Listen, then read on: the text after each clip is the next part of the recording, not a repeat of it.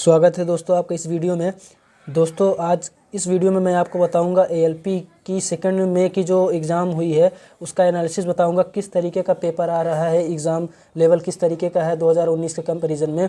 और इसके साथ ही साथ मैं ये भी बताऊंगा कि सेक्शन 1 और सेक्शन बी आपको किस तरीके से तैयार करके जाना है। देखिए सेक्शन बी जो आपका ट्रेड है, इलेक्ट्रिकल, मैकेनिकल और फिटर का जो ट्रेड है इसके बारे में मैं बताऊंगा। और सेक्शन ए जो आपका मैथ, रीजनिंग और जो जनरल साइंस और ईडी है उसके बारे में मैं बताऊंगा।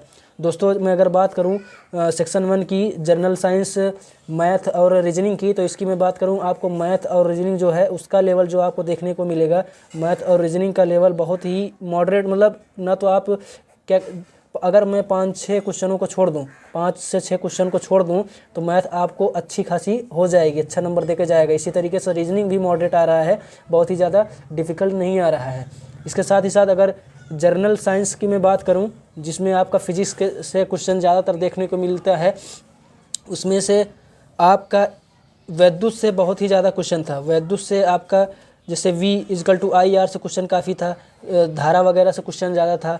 उसके साथ ही साथ पावर निकालने का बहुत ही ज़्यादा पूछा था, इससे वैद्युत से बहुत ही ज़्यादा क्वेश्चन आया था, आपका पुटअप हुआ था जनरल साइंस में। वैद्युत से आप कह सकते हैं, हीट से आप कह सकते हैं ज़्यादा क्वेश्चन था।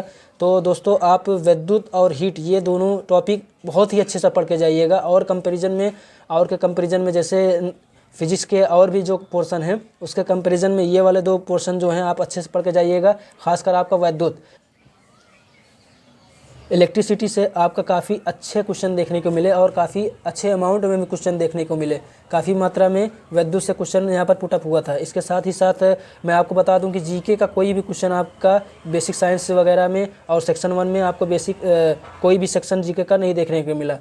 और अगर मैं बात करूँ आपको इंजीनियरिंग ड्राइंग से, तो इंजीनियरिंग ड्राइंग से अबाउट आपका 5 से 6 क्वेश्चन देखने को मिला इंजीनियरिंग ड्राइंग से, जिसमें आपको बेसिक ही इंजीनियरिंग ड्राइंग पूछा था। आपका A4 साइज़ का क्वेश्चन साइज़ वगैरह पूछता है, कार्ड बोर्ड का रेशियो वगैरह पूछ लेता है, 1:2 जो होता है उसी तरीके का ये पूछा था।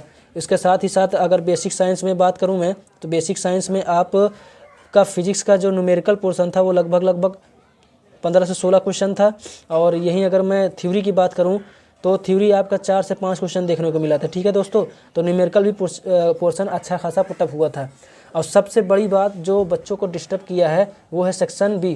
ठीक है दोस्तों, सेक्शन बी जो कि आपका अलग अलग ट्रेड से, इलेक्ट्रिकल के ट्रेड से, मैकेनिकल के ट्रेड से और फिटर के ट्रेड से जो है उसमें बच्चों को अच्छा खासा ये परेशान किया है। ठीक है दोस्तों, काफ़ी लैंग्वेज बेसिस पे और स्टेटमेंट बेसिस पे क्वेश्चन आपको पूछा है। तो आपको दोस्तों मैं ये कहूँगा कि आप जिस ट्रेड से बिलोंग करते हैं, इलेक्ट्रिकल से, मैकेनिकल से या फिटर से, तो आप इन सभी के क्वेश्चन अच्छे से करके जाइएगा, अपने ट्रेड के क्वेश्चन अच्छे से करके जाइए। बाकी मैथ और रीजनिंग का जो क्वेश्चन है वो पोर्शन आप अगर अच्छे से तैयारी किए हैं 3-4 महीने से या 6 महीने से पीछे, तो अच्छे से आप इसको कवर कर सकते हैं।